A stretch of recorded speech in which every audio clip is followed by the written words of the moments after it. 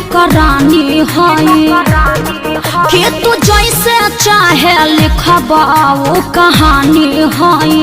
अरे बोलो हम मेहर है तोहार कि नौकरानी है कि तू जैसे चाहे लिखबा वो कहानी है। हर साल देवा घर चल अकेले असहम हो जाए। हर साल देवा घर चल अकेले असहम हो जाए। भाई खाली झूठ बोले बिंदी असंख्य बोला ले जाई। तो पर साल कहले रह बोलबम जय शिव बोलबम बोलबम बोलबम जय शिव बोलबम जय शिव।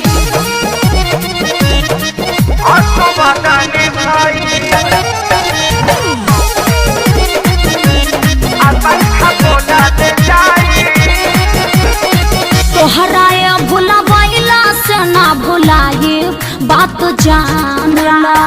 हाँ न कहबा तबले खाना न खाए अब तू मानला।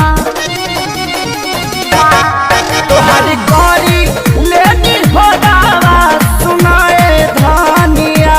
बोली हाथ बहू दे सके ते बात परेशानिया। हमेशा ये रहेला। हवा तू बहुते चालू तोहरा जाल में हम ना आए। हवा तू बहुते चालू तोहरा जाल में हम ना आए। असवदानी भाई नाले बिंदी संख्या बोला ले आई। बोलबम बोलबम जय शिव जय शिव।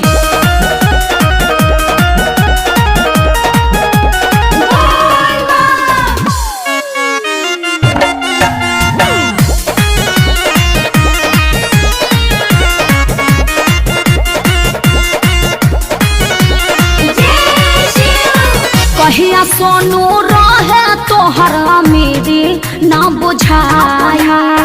जिद कैले बिना घुमावले हो उ दिन आए।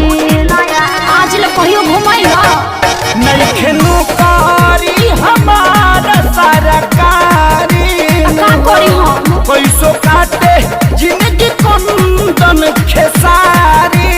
हाँ तो सुन लो कैला जकवनो धोखा तोहके एह बेरा बताए। कैला जकवनो धोखा तोहके एह बेरा बताए। असवदानी भाई सही कहता नाले बिंदी संख्या बोला ले आई। हम मेहर है तोहार कि नौकरानी है कि तू जैसे चाहे लिखबा वो कहानी है। अरे बोलो हम मेहर है तोहार कि नौकरानी है कि तू जैसे चाहे लिखबा वो कहानी है। हर साल देवा घर चल अकेले असहम हो जाए।